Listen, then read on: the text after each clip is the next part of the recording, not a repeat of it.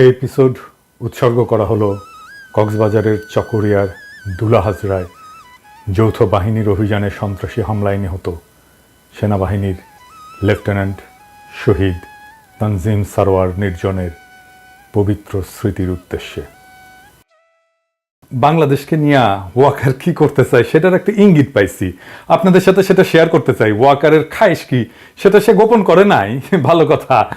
বাংলাদেশ কলে ওই পথেই যাইতেছে। আজকের এপিসোড শেষ হলে বুঝতে পারবেন যে বাংলাদেশে সিসির মতো একটা সামরিক শাসনের সম্ভাবনা তৈরি হইতেছে। সেই সরকারের প্রেসিডেন্ট হয়তো প্রফেসর ইউনূসই থাকবে। এটা ওয়েস্ট খুশি, মানে পশ্চিম খুশি, ইন্ডিয়া খুশি, আমেরিকা খুশি, ইউরোপ খুশি, আওয়ামী লীগও খুশি, বাঙ্গু এলিটেরাও খুশি থাকবে।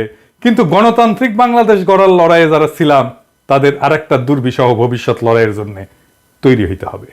কেন আমার মনে হচ্ছে বাংলাদেশের সিসির মতো শাসনের বিপদ আছে, সেটা আমি 5টা অংশে ব্যাখ্যা করব আজকের এপিসোডে। আমাদের লক্ষ্য হবে সিসির মতো শাসনের সম্ভাবনাকে রুখা দেওয়া। রাজনৈতিক দলগুলোর উচিত এই বিপদ সম্পর্কে ওয়াকিবহাল থাকা, এবং সেনা প্রধানেরও জানা উচিত আমরা সজাগ আছি, চেতন আছি, হওয়ার লয়। আন্তর্জাতিক বার্তা সংস্থা রয়টারকে দেওয়া ওয়াকারের সাক্ষাৎকার পড়ে মনে হইল যে 36 জুলাইয়ের গণ অভ্যুত্থান পরবর্তী এই অন্তর্বর্তীকালীন সরকারকে উনি 1/11 ধাঁচের সরকার বলে মনে করছেন। এই ভদ্রলোক নিজের আর এক জেনারেল মঈন ভাবছেন। তা না হইলে একজন সরকারি কর্মকর্তা হইয়া কোন ক্ষমতার জোরে এবং কোন সাহসে কার অনুমতি নিয়ে সংবাদ মাধ্যমে বক্তব্য দিলেন? সরকারি কর্মচারী হিসেবে উনার তো প্রধান উপদেষ্টার অনুমতি নিয়ে বক্তব্য দেওয়ার কথা, ঠিক কিনা?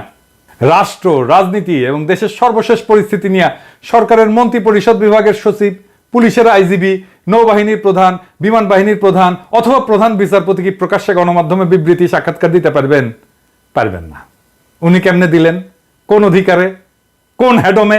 হাতে অস্ত্র আছে আর তলে সৈনিক আছে। সেই জন্য ফ্যাসিবাদের অবসানের পরে গণতন্ত্র ফিরে আসলে বলে কি সরকারের শীর্ষ কর্মকর্তারাও স্বাধীন হয়ে গেলেন? চাকরিবিধির সকল শর্ত লঙ্ঘন করিয়া, নিয়ম নীতি ভাঙ্গা তারা কি দেশে অরাজকতার সৃষ্টি করবেন? এই সেনা প্রধানের দেখানো পথে তো সোনার বাংলা দেখতেছি ওই দিকেই আগাইতেছে। বৈবাহিক সূত্রে উনি শেখ পরিবারের জামাই, মাশাআল্লাহ। খুনি হাসিনার ফুফাতো বোনকে বিয়ে করছিলেন ওয়াকার, জেনারেল ওয়াকার। স্ত্রীকে অনুসরণ করিয়া সেনা প্রধান পতিত হাসিনাকে বড় আপা বইলা ডাকতেন আর কি, এখনো ডাকেন।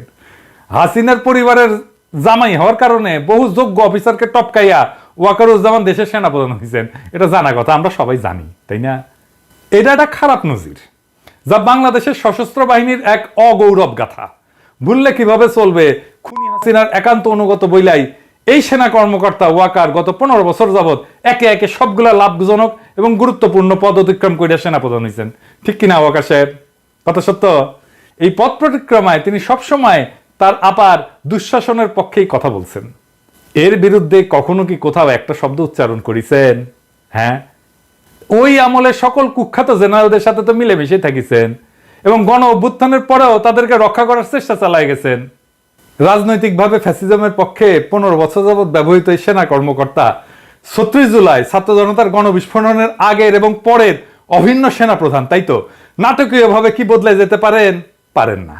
বলেন দেখি, আজ রাজনৈতিক প্রভাবমুক্ত সশস্ত্র বাহিনীর মতলববাজি তত্ত্বের এই প্রবক্তা ভয়ঙ্কর স্বৈরাচারিণী খুনি হাসিনা 15 বছরের দুঃশাসন আমলে কখনো কি একবারের জন্য কোথাও এমন কিছু কইছেন? তখন সারাক্ষণই ব্যস্ত ছিলেন ওই শাসন ব্যবস্থা অব্যাহত রাখার কুৎসিত ব্রতে। তখন তিনি তার আপা কুখ্যাত প্রধানমন্ত্রীর পদতলে সশস্ত্র বাহিনীকে রাখতে কখনো আপত্তি করেন নাই। কিন্তু এখন কেন তার এতই দরকার যে গণ অভ্যুত্থান থেকে উত্থিত গণরাজনীতির প্রভাব থেকে মুক্ত থাকার জন্য? এর কারণ বোঝার জন্য আইনস্টাইন হওয়ার দরকার নাই। ফ্যাসিজমের সকল সুযোগ সুবিধায় হুষ্টপুষ্ট হওয়া এমন সকল ব্যক্তি পতিত দুঃশাসনের অভিন্ন অংশ ছিলেন। এটা আমরা ভুলে যাই নাই। জীবদ্দশায় তারা কখনোই বদলাবে না এবং বাংলাদেশে বসে সারাক্ষণই তাদের প্রভু ইন্ডিয়ার স্বার্থ রক্ষার মরণপট চেষ্টা চালায় যাবে। অব্যাহতভাবেই এসব চেষ্টা তারা চালাইতেছেন এবং এই অপচেষ্টা আরো শক্তিশালী করার জন্য বাংলাদেশ রাষ্ট্রের অর্থও এরা ব্যবহার করতেছেন। এই অফিসাররা দেশে বিদেশে নতুন এজেন্ট নিয়োগ করছেন এবং তাদের পক্ষে বয়ান বা কাহিনী তৈরি করার চেষ্টা চালাইতেছেন। হ্যাঁ, আমার পিছনে লাগিয়ে দিচ্ছেন অবশ্য অনেককেই, মাশাআল্লাহ। লাগান লাগান লাগান, দেখি কত লাগাইতে পারেন, কার কত বড় হেডম সেটা দেখা যাবে। লাগান না দেখি ওয়াকার সাহেব। দেশপ্রেমিক নাগরিকদের ভাবমূর্তি ক্ষুণ্ণ এবং ক্ষতিগ্রস্ত করার জন্য জোরে সোরে কাজও শুরু করছে। এই সমস্ত এর অশুভ ফলাফল স্বদেশবাসী অল্প কয়েকদিনের মধ্যে দেখতে পারবেন কলে। আমি কলে আগে থেকেই কয়ে রাখলাম, তবে আমার পিছনে লেগে কিছু করবে পারবে না। লাগুক না, আমি তো চাই লাগে, লাগ দেখি কত ক্ষমতা। এবার আসেন দ্বিতীয় ইস্যুতে। ওয়াকার সাহেব ঘোষণা করলেন আগামী 18 মাসের মধ্যে সাধারণ নির্বাচন অনুষ্ঠিত হওয়া উচিত। বাহ, ভালো কথা। বাংলাদেশ সেনাবাহিনীর মাঝারি মানের এই অফিসার এককভাবে নিজের মতামত দিচ্ছেন বলে দেশপ্রেমিক তরুণ অফিসার এবং সৈনিকেরা কিন্তু মনে করে না। তরুণ অফিসার এবং সৈনিকেরা ওনারা আদ্যপান্ত জানেন, তাই মনে করেন ইন্ডিয়ার কুখ্যাত গোয়েন্দা সংস্থা র অথবা খুনি হাসিনার মতো কেউ তাকে পেছন থেকে নাচাইতেছে। আর একটা হইতে পারে উনি সবকিছু নায়ক হিসেবে নিজেকে জাহির করার লোভ সামলাইতে ব্যর্থ হইতেছেন, নাকি লোকটা নিজেকে জাতির সামনে একজন বিশ্বস্ত এবং গুরুত্বপূর্ণ ব্যক্তি হিসেবে আত্মপ্রকাশের চেষ্টা করতেছেন। ওই সাক্ষাৎকারটা যদি আপনারা পর্যালোচনা করেন নিবিড় ভাবে, তাহলে জরুরি কয়েকটা উপাদান কিন্তু পাওয়া যাবে। কি কি? 1 নাম্বার, সশস্ত্র বাহিনীর কর্তৃত্ব প্রেসিডেন্টের হাতে রাখার দাবি তুলে বলছেন তারা রাজনীতি থেকে দূরত্ব বজায় রাখতে চায়। এইটা সীমা লঙ্ঘনকারী, অনভিপ্রেত এবং বেআইনি এরকম প্রস্তাবের চাইতে রাজনীতি করার বড় দৃষ্টান্ত আর কি হইতে পারে? কারণ তিনি সহ একজনও সেনাপ্রধান বা চাকরিতে নিয়োজিত জেনারেল জঘন্য স্বৈরাচারিণী শেখ হাসিনার শাসনামলে অনির্বাচিত অবৈধ প্রধানমন্ত্রীর কর্তৃত্বের বাইরে যাইতে চাননি। চাইছেন কি ওয়াকার সাহেব? চান নাই। এখন কেন যাইতে চাইতেছেন প্রধান উপদেষ্টার বাইরে? তখন কি তাদেরকেও প্রতিরক্ষা বাহিনীকে রাষ্ট্রপতির কর্তৃত্বে দেওয়ার কথা বলছিলেন? আজ এটা বলার রাজনীতি বিরোধী এবং গণস্বার্থ বিরোধী রাজনীতি। আপনি রাজনীতি করতেছেন ওয়াকার সাহেব। 2 নাম্বার, অন্তর্বর্তীকালীন সরকার যখন বলছে আগে সংস্কার পরে নির্বাচন, সেখানে সেনাপ্রধান এককভাবে 18 মাসের মধ্যে জাতীয় নির্বাচন অনুষ্ঠানের ঘোষণা করে দিলেন কিভাবে? এটা কি রাজনীতি করে না? তাতে কি সরকারি চাকরিবিধির গুরুতর লঙ্ঘন ঘটেনি? 3 নাম্বার, ওয়াকার সাহেব যখন বলে যে গণতন্ত্রের উত্তরণ ঘটা উচিত, তার মানে কি তিনি পরোক্ষভাবে বলতেছেন খুনি হাসিনার উৎখাতের দিন অর্থাৎ 5ই আগস্টের আগে বাংলাদেশে গণতন্ত্র ছিল? মানে ওয়াকার সাহেব নিজের অজান্তেই ফ্যাসিজমের পক্ষে কথা কইতেছেন। 4 নাম্বার, কিছু সামরিক কর্মকর্তা সাবেক প্রধানমন্ত্রী বা স্বরাষ্ট্রমন্ত্রী সরাসরি নিয়ন্ত্রিত সংস্থাগুলোতে কাজ করার সময় নিয়মের বাইরে গিয়া কিছু করতে পারেন বইলা এই সাক্ষাৎকারে সন্দেহ প্রকাশ করছেন জেনারেল ওয়াকার। ওয়াকার সাহেব মস্করা করেন আমাদের সাথে, হ্যাঁ? যেখানে সারা দেশের মানুষ নিশ্চিতভাবে জানে এই সকল সংস্থার দায়িত্ব পালনকারী শীর্ষ ব্যক্তি সহ অনেক অফিসারই নিয়মিতভাবে গুম, খুন, দস্যুবৃত্তির মতো ভয়াবহ বেআইনি কাজে জড়িত ছিলেন। 5 নাম্বার, প্রধান উপদেষ্টা জাতিসংঘের সাধারণ পরিষদের অধিবেশনে যোগদানের উদ্দেশ্যে রওনা হওয়ার সময় সাথে সাথে মিলায় প্রকাশিত হইল সেনা প্রধানের এই সাক্ষাৎকার। আর এতে দেখা যাচ্ছে যে লোকটা পরিপূর্ণভাবে ইন্ডিয়ান রাজনৈতিক অভিসন্ধির প্রতি সাই দিয়া নির্বাচনের সময়সূচি ব্যক্ত করতেছেন এবং পতিত সরকারপন্থী জেনারেলদের কিছু শর্ত অন্তর্বর্তীকালীন সরকারের সামনে তুলে ধরতেছেন। চাকরিবিধি লঙ্ঘন করে এমন ঔদ্ধত্যপূর্ণ আচরণের জন্য সেনাপ্রধানের বিরুদ্ধে ডক্টর মোহাম্মদ ইউনূস কি কোনো শাস্তিমূলক ব্যবস্থা গ্রহণ করবেন? হ্যাঁ, পারবেন না উনি করতে। সেই জন্য আমি মনে করি যদি সেটা না করেন তাহলে তাকে এখন থেকে এই সমস্ত গণবিরোধী জেনারেলদের শর্তেই দেশ পরিচালনা করতে হবে। আমার প্রফেসর ইউনূসকে নিয়ে এইটা সবচেয়ে বড় অভিযোগ। কেন এটা আমি আবার বলবো, আবার আরো ব্যাখ্যা করে বলবো যে প্রফেসর ইউনূস সেনাবাহিনীর এই দুর্বৃত্তগুলো ইচ্ছা অনুসারে দেশ চালাইতেছে।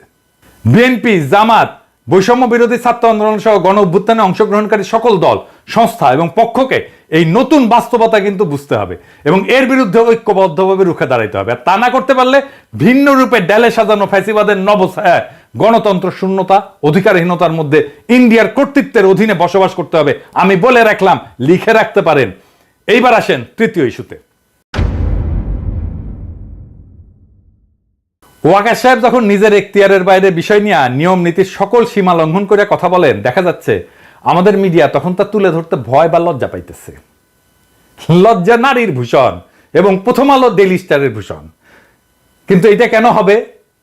গণমাধ্যম কি এখনো খুনি হাসিনার শাসনামলে গড়ে ওঠা ভীতির পুরানো মানসিকতার রাজত্বে বসবাস করতেছেন, নাকি তারা জেনারেল ওয়াকারকে খুনি হাসিনার বনজামাই ভাইবা এখনো সন্ত্রস্ত থাকে, তাকে সমীহ করে? আচ্ছা, আর একটা জিনিস বলি, আপনারা বলেন তো দেখি, জেনারেল ওয়াকার সামরিক বাহিনী সম্পর্কিত কমান্ড, নিয়ন্ত্রণ কাঠামো এবং নিয়ম নীতি সম্পর্কে কি অবগত না? যদি তা না হইয়া থাকে তাহলে কিভাবে তিনি ডিজিএফআই, এনএসআই, এনটিএমসি এইগুলোর মতো সংগঠনগুলোতে নিজের নিয়ন্ত্রণে নিলেন? নিজের নিয়ন্ত্রণে নিছেন এরা জানেন তো? আদতে এগুলোর নিয়ন্ত্রণ প্রধান উপদেষ্টার হাতে থাকার কথা।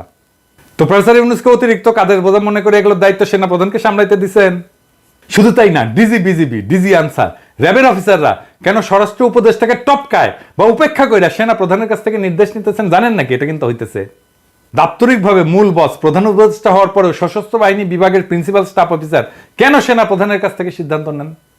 প্রধানমন্ত্রী বা প্রধান উপদেষ্টার পরিবর্তে রাষ্ট্রপতির হাতে সশস্ত্র বাহিনীর দায়িত্ব রাখার পরামর্শ দেওয়ার ক্ষমতা জেনারেল ওয়াকারকে কে দিছে? তিনি কি সংবিধান সংস্কারের জন্য গঠিত কমিশনকে প্রচ্ছন্নভাবে দিক নির্দেশনা বা হুকুম দিতেছেন? দেখা যাক আমাদের সেই প্রবাসী পণ্ডিত আলী রিয়াজ কার সাথে আপোষ করেন, কাকে ভয় পান এবং কার ইঙ্গিতে উঠবস করেন দেখবনি আমরা। বর্তমানে এটা স্পষ্ট যে সশস্ত্র বাহিনীর উপরে প্রফেসর ইউনূসের কোনো নিয়ন্ত্রণ নাই। আমার এইটা চিন্তা, এবং আমি প্রফেসর ইউনূসকে প্রথম থেকে বলে আসতেছি আপনার নিয়ন্ত্রণ নিরঙ্কুশ করেন, আমরা সমর্থন দেব বলে আসছি কিন্তু। এবং এটার ফলেই জেনারেল ওয়াকার প্রকাশ্যে এসে অনবরত বিভিন্ন বিতর্কিত বিবৃতি দিচ্ছে, ফলে পরিস্থিতি ক্রমশই ঘোলাটে হচ্ছে। রয়টার্সের সঙ্গে জেনারেল ওয়াকারের সাক্ষাৎকারে যে চিন্তাটা জনমনে সবচেয়ে বেশি ধাক্কা দিছে তা হইল রাষ্ট্রপতি এবং প্রধানমন্ত্রীর ক্ষমতার ভারসাম্য রাখা এবং সশস্ত্র বাহিনী রাষ্ট্রপতির অধীনে থাকা। কল্পনা করেন সশস্ত্র বাহিনীর নিয়ন্ত্রণ গণতান্ত্রিক ধারায় অবাধ এবং সুষ্ঠু নিরপেক্ষভাবে নির্বাচিত সরকারের অধীনে নাই, আছে একজন মনোনীত রাষ্ট্রপতির হাতে, চুপ্পুর মতো লোকের হাতে। সেই সরকার কি কখনো স্বাধীনভাবে চলতে পারবে? বাংলাদেশে পাকিস্তানের চিহ্ন দেখতে পারতেছেন না? ইমরান খানের যে দশা হয়েছিল এরকম হবে না? পাকিস্তানের মতো জেনারেল সাহেবদের গুতায় জনগণের ভোটে নির্বাচিত রাজনীতিবিদদের শাসন কি কখনো কার্যকর হবে? হবে না। ঠিক ওইটাই চাইতেছে ওয়াকার। আমাদের মতে এটা ভীষণ বিপজ্জনক একটা প্রস্তাব। আপনি মহা অন্যায় করছেন ওয়াকার সাহেব এই প্রস্তাব দিয়া। আপনি ভাইবেন না আপনার চালাকি আমরা ধরতে পারবো না। আপনার ডালে ডালে চলেন, আমরা পাতায় পাতায় চলি। ওয়াকার সাহেব পলিটিক্স করে আসা লোক, বহুত দিনের, 18 বছর বয়স থেকে পলিটিক্স করি, আর আপনি 18 বছর বয়স থেকে লেফট রাইট করেন। আঙ্গেরের সাথে চালাকি করবেন না, চালাকি ধরে ফেলবো। চালাকি ধরে ফেলা আমি ছাড়াও মেলা লোক আছে। হ্যাঁ, পরে আবার চিন্তা করেন না যে পিনাকিটা সরাই দিলে আবার ভালো হয়ে যাবে। জি না, আমি ছাড়া মেলা লোক আছে, ওটা ধরে ফেলবে। তো আমার মনে হয় যে ভবিষ্যতের এই সমস্ত বিকল্প পথ মাথায় রেখে শাসক জেনারেল সাহেবেরা 5ই আগস্ট হাসিনার নিরাপদ পলায়ন নিশ্চিত করছিলেন। তারা এটা করতে গিয়া বাংলাদেশ রাষ্ট্রের নিরাপত্তার প্রশ্নে যে সমস্ত আপোষ এবং স্বার্থহানিকর অঘটন ঘটাইছেন তা নিয়ে তরুণ অফিসার এবং সৈনিকদের সামনে কিছু প্রশ্ন উত্থাপন করা জরুরি। কি কি সেই প্রশ্ন? 1 নাম্বার, একটা দেশবাসীর উদ্দেশ্যে একটা পরিকল্পিত নাটক প্রচার করা হয়। দেশবাসীর উদ্দেশ্যে বলা হয়েছিল যে বিক্ষুব্ধ জনতা গণভবনের দিকে আগায় আসতেছিল বলে মাত্র 45 মিনিট সময় বেঁধে দেওয়া হয় হাসিনাকে। এই সময়ের মধ্যে পদত্যাগ করে হাসিনা সামরিক হেলিকপ্টার করে দেশ ছাড়ে। কিন্তু নাটকটি সময়ের ফ্রেমে বিশ্বাসযোগ্যতা হারায়। এটা নিছক 45 মিনিটের নাটক ছিল না, হুট করে কিছু হয়নি। জবনিকা পাতের বেশ কয়েক ঘন্টা আগে থেকে এই নাটক সাজানো হয়েছিল, যার প্রত্যেকটা মিনিটের হিসাব এবং বিবরণ এবং ঘটনার বিস্তারিত অবশ্যই আছে। কখন হয়েছিল এই নিরাপদ পলায়ন নাটকের প্লট রচনা? কে বা কারা এটা তৈরি করছিল? এর সাথে কি ইন্ডিয়া জড়িত? প্রতিবেশীদের সঙ্গে আতাত করে সফল সমন্বয় ঘটায় কি খুনি হাসিনাকে দিল্লিতে পাঠানো হইল? 2 নাম্বার, 5ই আগস্ট হাসিনা পদত্যাগ করলে তার সরকার কার্যত বিলীন হইয়া যায়। তখন রাষ্ট্রপতি ছাড়া এমন কোন কার্যকর রাজনৈতিক শাসন বা কর্তৃত্ব ছিলেন না যিনি এই পলায়ন অনুমোদন করবেন। তিনি কি হাসিনার সেফ ইভাকুয়েশন নিশ্চিত করছেন? পদত্যাগের পর সামরিক বিমানে চইরা দেশ ত্যাগ কি হাসিনার জন্য বৈধ ছিল? গণভবনের পেছনে এসা হেলিকপ্টার চইরা কুর্মিটোলা বিমান ঘাটিতে, সেইখান থেকে C-130 বিমানে চড়াই সীমান্ত পাড়ি দিয়া ফ্যাসিস্ট হাসিনাকে দিল্লি নিয়ে যেতে কে নির্দেশ দিয়েছিলেন? বিমান বাহিনী প্রধান। বিমান বাহিনী প্রধান কি একাই এই অপরাধপূর্ণ সিদ্ধান্ত নিয়েছিলেন, নাকি অপরাপর চেইন অফ কমান্ড বা সার্ভিস চিফদের সাথে পরামর্শ কইরা এই অপকর্মটা সম্পন্ন করছিলেন? 3 নাম্বার, ওই যে নাগরিক টিভিতে সাকিবের সাথে টেলিফোনে কথা বলার সময় ওয়াকার সাহেব একটা প্রকাশ্য বিবৃতি দিয়েছেন, সেখানে বলছেন হাসিনার দেশ ত্যাগের খবরটা তিনি কারো কাছ থেকে শুনছেন। শুনেন কি বলে। প্রথম কথা হচ্ছে যে আমি তো পলিটিক্যাল পার্টিগুলোর সাথে ডিসকাশন করছিলাম, তখন আমাকে somebody said যে উনি তো চলে যাচ্ছে, উনি is on the runway, he has taken off. জি, তো এটা আমি জানতাম না যে that she is leaving the country. কি কইলো শুনলেন তো? সেই সময়টাতে নাকি তিনি সকল রাজনৈতিক দলের নেতা, ছাত্র নেতা এবং নাগরিক সমাজের ব্যক্তিদের সাথে সেনা সদরে ছিলেন। সেক্ষেত্রে যে প্রশ্ন অমীমাংসিত থাকে তা হইল, সেনা প্রধান তখন কেন সেনা সদরে এই সমস্ত অতিথিদের আমন্ত্রণ জানাইছিলেন? 4 নাম্বার, বাংলাদেশ বেসামরিক বিমান চলাচল কর্তৃপক্ষ কি খুনি হাসিনার ইন্ডিয়া যাওয়ার ফ্লাইট ক্লিয়ারেন্স ছাড়পত্র পাইছিল? যদি না পাইয়া থাকে তাহলে খুনি পালালো কার সহায়তায়? পলায়নরত স্বৈরাচারিণীর বিমানের ট্রান্সপন্ডার কেন বাংলাদেশের আকাশ সীমা অতিক্রম করা পর্যন্ত বন্ধ রাখা হয়েছিল? এতে কি ওই বিমানে থাকা সকল যাত্রীর জীবন বিপন্ন হওয়ার হুমকির মধ্যে ছিল না? 5 নাম্বার, ফ্লাইটে হাসিনার সঙ্গে আর কে কে ছিল? ওই আরোহী তালিকা কোথায়? ক্রু কারা ছিল? এসএসএফ এর পিজিআর এর কোন সদস্যরা খুনির সঙ্গে উঠছিল? ওই বিমানে থাকা সব যাত্রী কি বৈধ ভিসা ছিল? 6 নাম্বার, পালানোর নিরাপদ পথ তৈরি করে দিতে ইন্ডিয়ার সঙ্গে যোগাযোগটা কে করে দিছিল? এই আলোচনার মধ্যস্থতা কে করছিল? খুনি হাসিনার নিরাপদ পালানোর বিষয়ে রাজনৈতিক দলের নেতা, ছাত্র নেতা এবং নাগরিক সমাজের কর্তা ব্যক্তিদের মধ্যে কারা সম্মতি দিছিল? আমরা মনে করি এই প্রশ্নগুলোর উত্তর জানা খুবই গুরুত্বপূর্ণ কর্তব্য। বাংলাদেশের নাগরিকদের, বিশেষ করে আন্দোলনে অংশগ্রহণের ছাত্র জনতা, জুনিয়র অফিসার এবং সৈনিকদের এই সমস্ত তথ্য জানার অধিকার আছে। অথচ এখন পর্যন্ত ডক্টর মোহাম্মদ ইউনূসের অলস, অকেজো, অথর্ব, বুড়া হাবরার অন্তর্বর্তী সরকার এই বিষয়ে সম্পূর্ণ নীরব। এইবার আসেন চতুর্থ ইস্যু নিয়ে আলাপ করি। সেনাবাহিনী কি মাতৃভূমি রক্ষা করতে প্রস্তুত? দেশে বড় যে কারণ দেশবাসীর চোখের আড়ালে রাখা হইতেছে তা হইল বাংলাদেশের সীমান্ত এখনো অস্থিতিশীল। সীমান্তের ঠিক ওপারে আরাকান আর্মি এবং মিয়ানমার সরকারি বাহিনীর মধ্যে লড়াই চলমান। রোহিঙ্গারা এখনো নিজের ভূখণ্ডে নির্যাতিত। আজও তাদের দেশ থেকে বাধ্য করা হচ্ছে। আরো শরণার্থী আমাদের দেশের দিকে ঠেলে দেওয়ার অপচেষ্টা অব্যাহত আছে। এই সুযোগে কুকি চীনরা বেশ সক্রিয় হয়েছে। ইন্ডিয়ার মণিপুর, মিজোরাম এবং বার্মার চীন রাজ্যের স্বগোত্রীয়রা আতাতে আমাদের পার্বত্য চট্টগ্রামের বিশাল একটি অংশ নিজেদের বলে দাবি করতেছে। আপনারা সবাই জানেন পিসিজেএসএস এবং ইউপিডিএফ পার্বত্য চট্টগ্রামে নিজেদের নিয়ন্ত্রণ নেওয়ার চেষ্টা করতেছে। সার্বভৌমত্ব রক্ষার প্রশ্নে এমন হুমকি মোকাবেলায় আমাদের সশস্ত্র বাহিনীর পরিকল্পনা এবং প্রস্তুতি কতটুকু তা দেশবাসীর জানা প্রয়োজন। পাশাপাশি ইন্ডিয়া অবিরতভাবে তার বল প্রদর্শন করতেছে। অমিত শাহ এবং রাজনাথ সিং এর নিয়মিত হুমকি স্রেফ ফাঁকা আওয়াজ বইলা উড়িয়ে দেওয়াটা ঠিক না। ডক্টর ইউনূস সরকারের উপর ভারত মোটেও খুশি না, এটা কিন্তু মাথায় রেখেন। বাংলাদেশ আক্রমণ করে ইন্ডিয়া যে তাদের পুতুল হাসিনাকে আবারও ক্ষমতা বসানোর চেষ্টা করবে না এর নিশ্চয়তা আছে কি? কিংবা এমন আশঙ্কা কি কোনো সমরবিদ অস্বীকার করতে পারবেন? পারবেন না। অবশ্য আক্রমণ বা আগ্রাসন বলি তা করতে ইন্ডিয়া বেশ কয়েকটা অজুহাত ধীরে ধীরে উচ্চারণ করে পটভূমি কিন্তু তৈরি করতেছে। যেমন সংখ্যালঘু নির্যাতন, নিপীড়ন, ইসলামী মৌলবাদের উত্থান, ইন্ডিয়া অবৈধ বাংলাদেশের অনুপ্রবেশ ইত্যাদি। এমন হুমকি মোকাবেলায় কি আমাদের সশস্ত্র বাহিনী প্রস্তুত আছে? দেশবাসীর সামনে বুকে হাত রেখে আমরা প্রস্তুত এমন অভয়বাণী দেওয়ার সততা, সাহস কি তিন বাহিনী প্রধানদের আছে? সেনাপ্রধান জেনারেল ওয়াকারুজ্জামান, নৌবাহিনীর প্রধান রিয়ার অ্যাডমিরাল নাজমুল হাসান এবং বিমান বাহিনীর প্রধান মার্শাল হাসান মাহমুদ খান কি দেশবাসীকে পরিপূর্ণ আশ্বাস দিতে সক্ষম যে তারা বহিঃশত্রুকে মোকাবেলার পুরোপুরি তৈরি আছেন? আগে তো এই কাজটা করবেন। বাংলাদেশের রাজনীতি নিয়ে মাথার একেবারে পোকা উঠে গেছে না? নিজের কাজের খবর নাই, রাজনীতির খবর নিয়ে মাথা গরম করে বসে আছেন।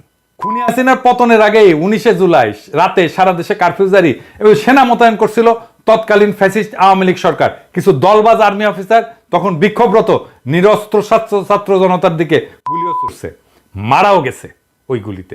আমাদের কাছে ভিডিও আছে। গণ অভ্যুত্থানের পর প্রতিষ্ঠিত অন্তর্বর্তীকালীন সরকার এখন সেনা কর্মকর্তাদের ম্যাজিস্ট্রেসির ক্ষমতাও দিছে।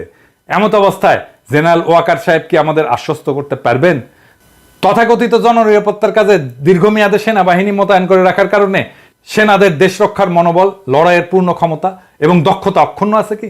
তিনি কি নিশ্চিত করবেন ওনারা সত্যিই রাজনীতি মুক্ত এবং এখন কেবলই দেশ সার্বভৌমত্বের অধিকার রক্ষায় বহিরাগত আগ্রাসন মোকাবেলায় প্রস্তুত? তিনি কি গ্যারান্টি দিতে সক্ষম আমাদের সেনাবাহিনীর প্রশিক্ষণ চক্র, কোর্স ক্যাডার, ইনডোর আউটডোর অনুশীলন, বিশেষজ্ঞ প্রশিক্ষণ সহ সকল পেশাদার কার্যক্রম স্থগিত বা কমানোর পরেও সেনাদের পেশাগত দক্ষতা বজায় আছে? শত্রুর বিরুদ্ধে লড়াই করার জন্য বাংলাদেশ কি উপযুক্ত দক্ষতা, প্রশিক্ষিত জনশক্তি, অস্ত্র এবং গোলাবারুদ আছে? সশস্ত্র বাহিনীকে দেশের আভ্যন্তরীণ নিরাপত্তার দায়িত্ব থেকে দ্রুত সরায় যুদ্ধের পর্যায়ে প্রস্তুত করতে কতদিন সময় লাগে তা কি তারা জানেন? তবে আমি দৃঢ়ভাবে বিশ্বাস করি সেনাপ্রধান জেনারেল ওয়াকারুজ্জামান জানেন দীর্ঘদিন ব্যবহার না করলে ধারালো অস্ত্রটাও মরিচায় ক্ষয় ধরে যায়। এইবার আসেন অ্যাডমিরাল মোহাম্মদ নাজমুল হাসান, আপনি কি জানাবেন আমাদের কতগুলো সমুদ্র উপযোগী সহায়ক কর্মক্ষম জাহাজ আছে? কয়টা কর্মক্ষমতার বাইরে আছে? কি যথেষ্ট অস্ত্র, গোলা বারুদ বা যুদ্ধের রসদ? জবাব যদি না হয় আপনি কি প্রতিরক্ষা উপদেষ্টাকে বর্তমান পরিস্থিতি এবং সক্ষমতা সম্পর্কে জানাইছেন? এই অবস্থার উন্নতি না হইলে শত্রুপক্ষের দ্বারা বাংলাদেশের কি হাল হইতে পারে, জয় হইতে পারবেন কিনা তা নিয়ে কি আলোচনা করছেন? আপনার নাবিকদের অপারেশনাল এবং প্রশিক্ষণের হাল হকিকত এবং মান কতটুকু? নৌ প্রধানকেই নিশ্চিত করতে হবে আমাদের সমুদ্র সীমা লঙ্ঘিত হইলে তারা দ্রুত সময়ের মধ্যে ব্যবস্থা নেবেন। ওই যে মনে আছে না, সেন্ট মার্টিন দ্বীপে বার্মান নৌবাহিনী 7 দিন ধরে গুলি বর্ষণ করার পর সেখানে নৌবাহিনীর জাহাজ পৌঁছেছিল 7 দিন পরে। এটা কিন্তু দেশবাসী জানে। এবার আসেন বিমান বাহিনী প্রধান মার্শাল হাসান মাহমুদ খান। আপনি কি আমাদেরকে বলবেন কিভাবে আপনার বিমান আমাদের আকাশ মুক্ত রাখবে? কয়টা উড়বার পারে আর কয়টা পারে না? গত 1 বছরে আপনার অপারেশনাল পাইলটরা কি 30টা ফ্লাইং ঘন্টা আকাশে থাকতে পারছেন? আপনি কি মনে করেন বর্তমান সক্ষমতা নিয়ে শত্রুপক্ষের মুখোমুখি হইতে পারবেন? যদি না পারেন, আপনি কি ডক্টর মোহাম্মদ ইউনূসকে অবহিত করছেন? 3 বাহিনীর প্রধানকে বলতে চাই, এখন আমি কইলে অনেকে কয় আপনি কর কে, আমি কমু। শোনেন, শোনা লাগবি। আপনাদের প্রধান দায়িত্ব বহিরাগত আগ্রাসন মোকাবেলায় প্রস্তুত থাকা। সেই দায়িত্ব ভুলায় বা এড়ায় দেশের আভ্যন্তরীণ জননিরাপত্তার কর্মে, শ্রমে এবং বাহবায় খুশি হওয়া কি পেশাদার সেনার কাজ? দেশ আক্রান্ত হইলে আপনারা কিন্তু ক্ষমা পাইবেন না।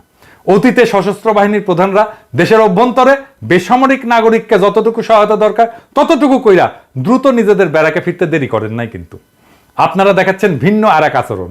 আপনারা দীর্ঘ সময় নিজ নিজ বাহিনীকে সেনানিবাসের বাইরে রাখতে এবং নিজেরা থাকতে চাইতেছেন। খুব মজা, তাই না? এখনো বহু বিচিত্র লেনদেনের ভাগিদার হওয়া যাইতেছে, তাই না?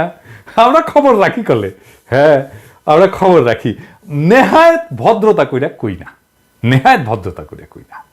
আমি কলে কইছিলাম কয়েকজনের আমল নামা কিন্তু প্রকাশ করে দেব, এখনো করি নাই, হাতে রাখিছি। সবকিছু দেখাই দিলে তো সবই শেষ, তাই না?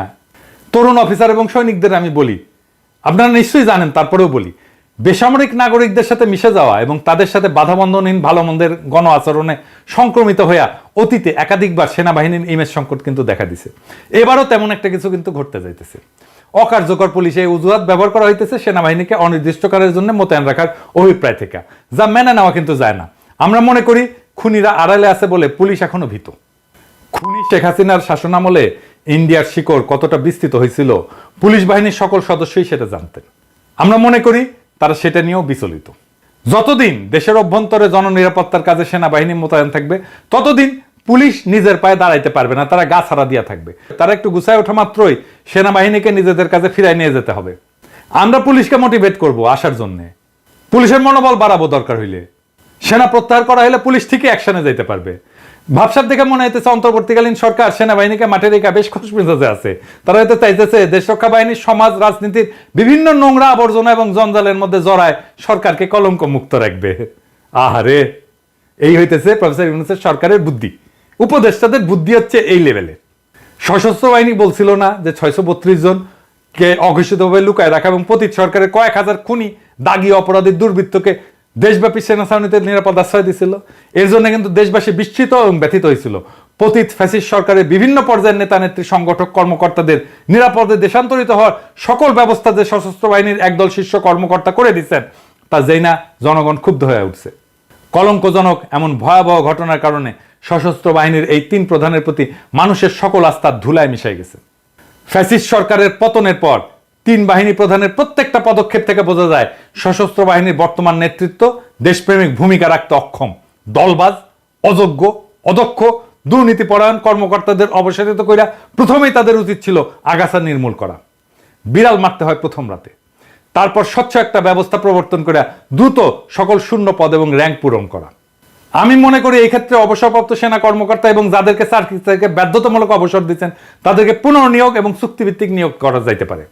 কিন্তু দুঃখজনকভাবে 3 বাহিনীতে দেখা যাচ্ছে ফ্যাসিস্ট শাসনের অনুগামী অফিসারদেরকে এখনো সব পদে বহাল রাখা হয়েছে এবং অনেককে পদোন্নতিও দেওয়া হচ্ছে।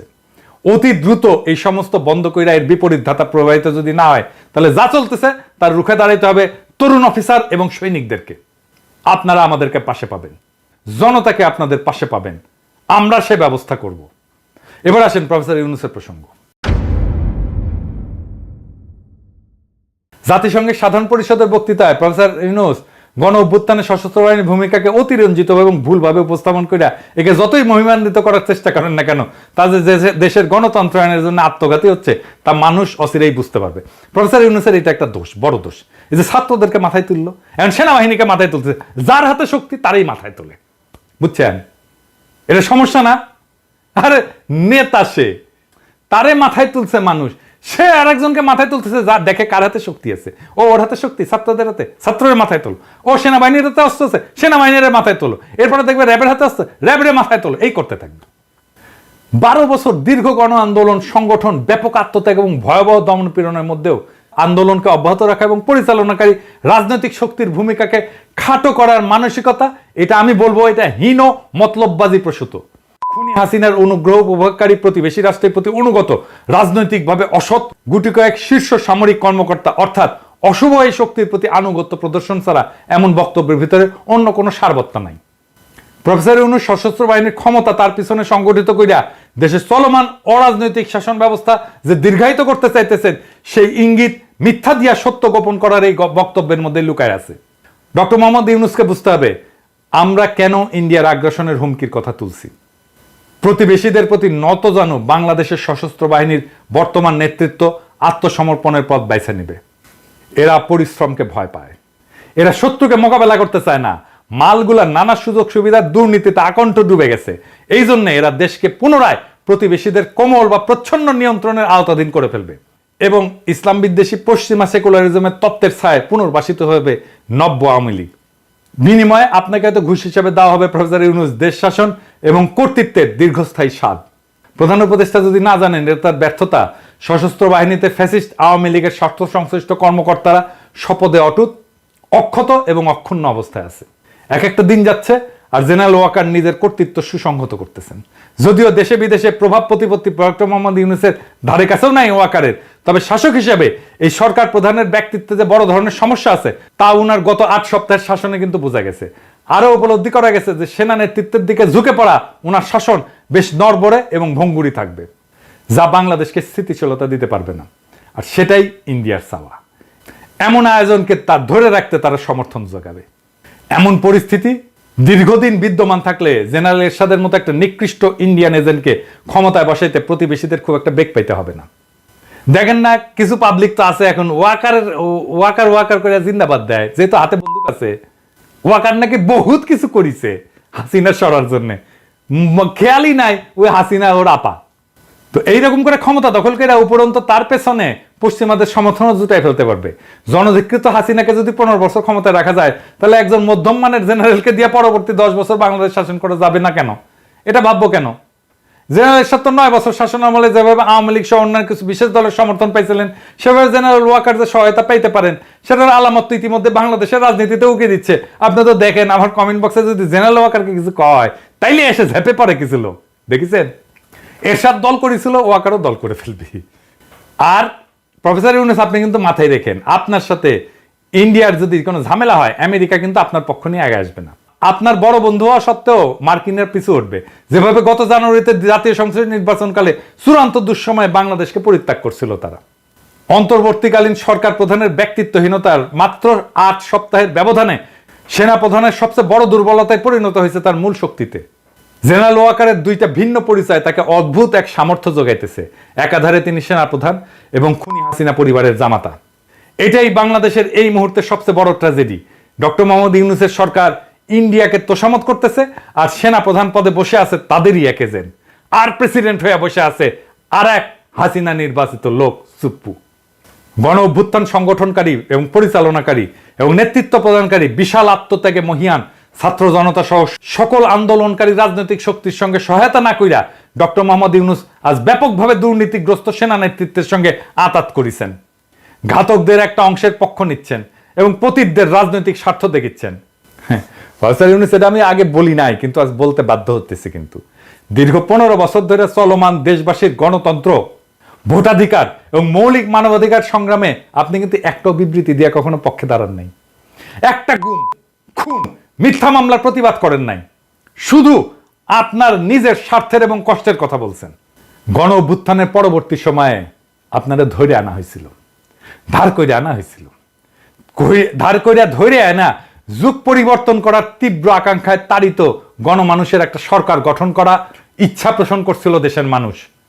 কিন্তু এই সরকার বিপ্লবের আকাঙ্ক্ষাকে ধারণ করতে পারে না, সরকারও পরিচালনা করতে পারে না। এইটা প্রমাণিত হয়েছে। আজ বাংলাদেশের ইতিহাসের ঘটমান বেদনাদায়ক এবং করুণ কাহিনীর সাক্ষী হওয়া একজন মানুষ হিসাবে আমাদের বারে বারে জনপ্রিয় একটা প্রবচনের কথা মনে পড়তেছে, তোলা দুধে পোলা বাসে না।